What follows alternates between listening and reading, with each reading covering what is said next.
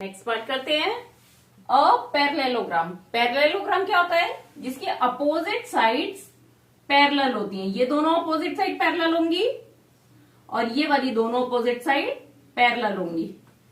तो ये हो गया हमारा पैरेललोग्राम, मतलब एक क्वाड्रिलेटरल जिसकी अपोजिट साइड्स पैरेलल हो उसे हम पैरेललोग्राम बोलेंगे। अच्छा, अब इसमें क्योंकि ये दोनों साइड्स पैरेलल है और ये दोनों साइड पैरेलल है, तो इससे ये तो पता चल रहा है कि ये इसके इक्वल होगी और ये लाइन इसके इक्वल होगी, लेकिन ये चारों आपस में इक्वल होंगी या नहीं ये नहीं पता। अगर चारों इक्वल हो जाएंगी तो क्या बन जाएगा? वो रोम्बस, मतलब चारों इक्वल नहीं है पैरेललोग्राम में।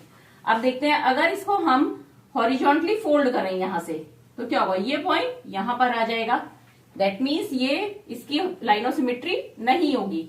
सिमिलरली वर्टिकल लाइन में भी यही होगा। अब इसका अगर हम डायगोनल करके देखें फोल्ड, ये हमने डायगोनल फोल्ड करा तो क्या होगा? ये लाइन इसके ऊपर ओवरलैप होगी, लेकिन ये लाइन और ये लाइन आपस में इक्वल नहीं है। सपोज ये 2 है, ये 3 है, तो ये पॉइंट कहाँ आ जाएगा? यहीं पर आके रुक जाएगा, हो जाएगा ना।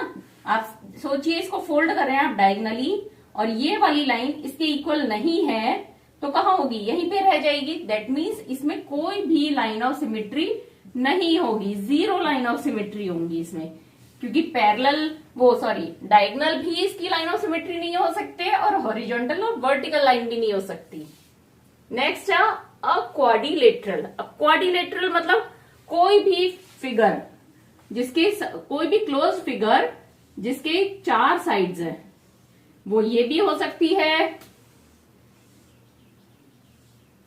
ये भी हो सकती है, कुछ भी हो सकती है। क्वाड्रिलेटरल मतलब ऐसी क्लोज फिगर जिसकी 4 साइड है। अब जरूरी नहीं है वो इक्वल हो, अलग अलग हो, कौन सी एंगल पे कुछ नहीं पता। तो अब आप इसको किसी भी तरह से 2 इक्वली पार्ट में डिवाइड कर सकते हैं कि फोल्ड करें तो एक के ऊपर एक ओवरलैप हो, नहीं कर सकते। तो दैट मीन्स क्वाड्रिलेटरल में भी कोई लाइन ऑफ सिमेट्री नहीं होगी।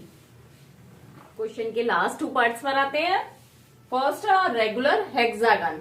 हेक्सागन मतलब ऐसी क्लोज फिगर जिसकी 6 साइड्स हैं और रेगुलर मतलब सारी साइड्स इक्वल होती है। किसी भी शेप के आगे अगर रेगुलर लग गया तो दैट मीन्स उसकी सारी साइड इक्वल होंगी। रेगुलर पेंटागन मतलब उसकी 5 साइड्स इक्वल होंगी। रेगुलर ऑक्टागन मतलब उसकी 8 साइड इक्वल होंगी। हेक्सागन मतलब 6 साइड्स।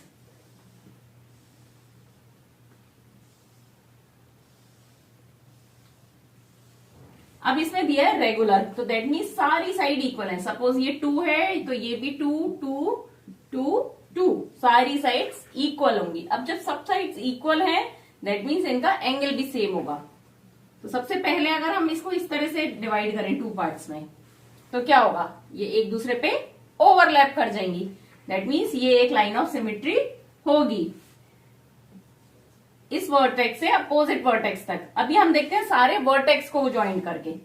इसी तरह से इसको करा तो ये भी 2 पार्ट्स में डिवाइड हो गया, इसको फोल्ड करेंगे इधर आ जाएगा। इसी तरह से इसको करा तो भी, तो ये हो गई फर्स्ट लाइन ऑफ सिमेट्री, ये सेकेंड और ये थर्ड लाइन ऑफ सिमेट्री। ठीक है, 3 लाइन ऑफ सिमेट्री ये हो गई। अब क्या किसी और तरह से हो सकता है क्या? अगर हम इसको ऐसे वर्टिकली फोल्ड कर दें तो क्या होगा? ये वर्टेक्स यहां आ जाएगा, ये पॉइंट यहां, ये पॉइंट यहां आ जाएगा। दैट मीन्स ये इसकी 4th लाइन ऑफ सिमेट्री हो गई। अब जैसे आपने इस साइड को इस साइड के सेंटर से डिवाइड करा है, ऐसे ही इस अपोजिट साइड के सेंटर से इस अपोजिट साइड के सेंटर तक एक लाइन ड्रॉ करें तो भी ये इसकी लाइन ऑफ सिमेट्री हो जाएगी।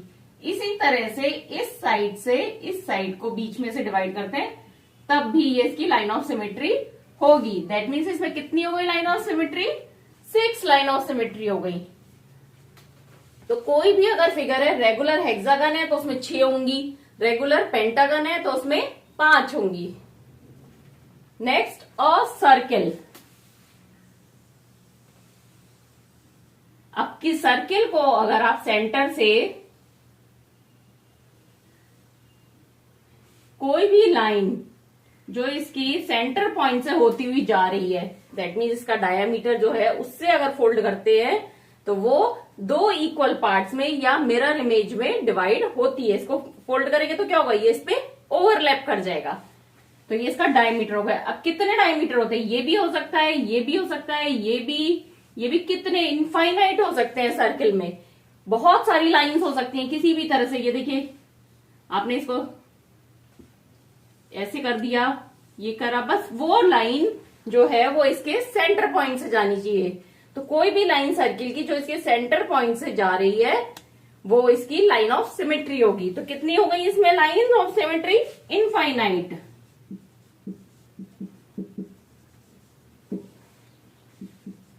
तो इसमें इनफाइनाइट लाइन ऑफ सिमेट्री होंगी।